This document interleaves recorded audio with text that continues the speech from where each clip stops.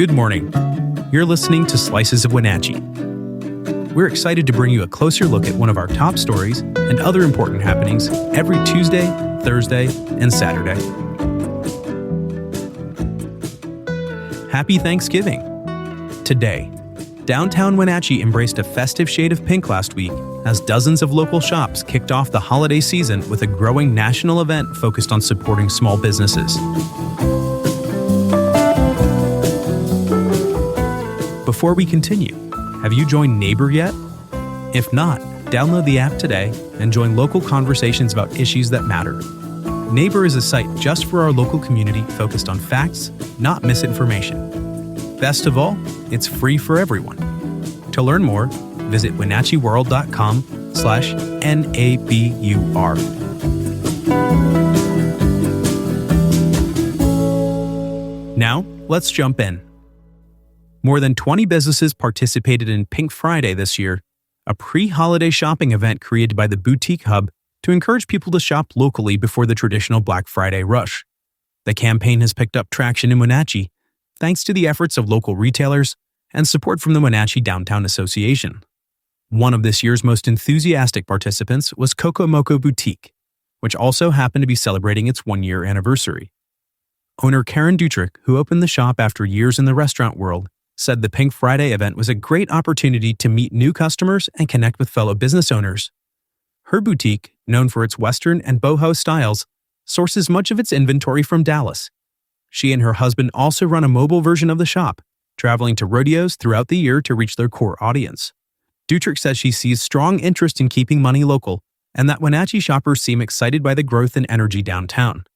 Even though her store sits just outside the traditional downtown corridor, it's still considered part of the central business district, and she felt welcomed and supported during the Pink Friday promotion. She spent the day handing out flyers and cross-promoting with nearby businesses, an approach that felt old school but effective. At Firehouse Pet Shop, co-owners Alan and Jennifer Larson have helped lead the Pink Friday push since last year. They saw how much interest it generated and partnered with the Downtown Association this year to expand the effort district-wide. The result was a noticeable increase in participation and foot traffic. Larson said this year's sales more than doubled from the previous Pink Friday, which is already a strong day for their business. For the Larsons, the event is about more than sales. It's about showing customers that small businesses are still thriving, even in a landscape dominated by online retail. He believes local events create a sense of authenticity and connection that online shopping just can't replicate.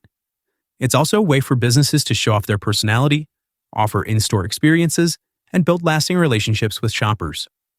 Wenatchee Downtown Association Executive Director Rosa Polito said the event fits perfectly with the city's mission to support a vibrant downtown. She said that events like Pink Friday do more than bring in a crowd. They strengthen the local economy, encourage collaboration amongst business owners, and remind residents of the value in shopping close to home. For more, head over to wenatcheeworld.com.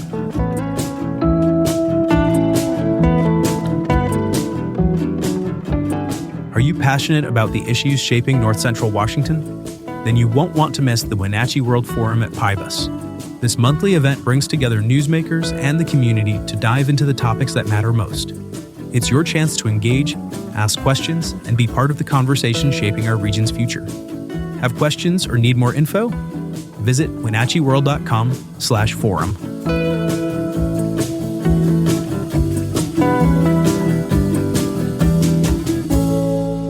Now, a few other stories you should know about. The Wenatchee City Council has approved nearly $930,000 in contract renewals to support more than 240 shelter beds in 2026. The funding helps sustain services through the People's Foundation and the Wenatchee Rescue Mission. City leaders say having a dedicated homeless services administrator has already reduced police calls and helped move more people into permanent housing. Two local nonprofits, Our Valley, Our Future, and Thriving Together North Central Washington, are teaming up to host a mental health symposium at Wenatchee Valley College on December 11th. The event will cover topics like bilingual therapy, school-based suicide prevention, and veterans' mental health, with presentations from regional experts. Tickets are $10 and are open to the public. Local school officials are still waiting for clarity after the U.S. Department of Education announced plans to shift several federal programs to other agencies. Eastmont Superintendent Spencer Taylor said he's concerned about potential confusion and funding delays as the district begins planning next year's budget. Federal support makes up about 7% of the district's funding, and any disruption could impact staffing and student services. Christmas tree permits are now available for the Okanagan-Wenatchee National Forest. For $5, families can harvest their own tree, a tradition that also helps with forest health by thinning dense stands of younger trees. Permits can be purchased online or from select vendors, and a snowpark pass is required to access some areas starting December 1st.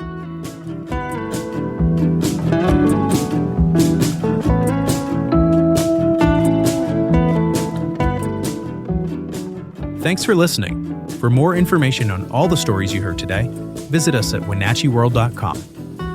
The Wenatchee World has been engaging, informing, and inspiring North Central Washington communities since 1905. We encourage you to subscribe today to keep your heart and mind connected to what matters most in North Central Washington.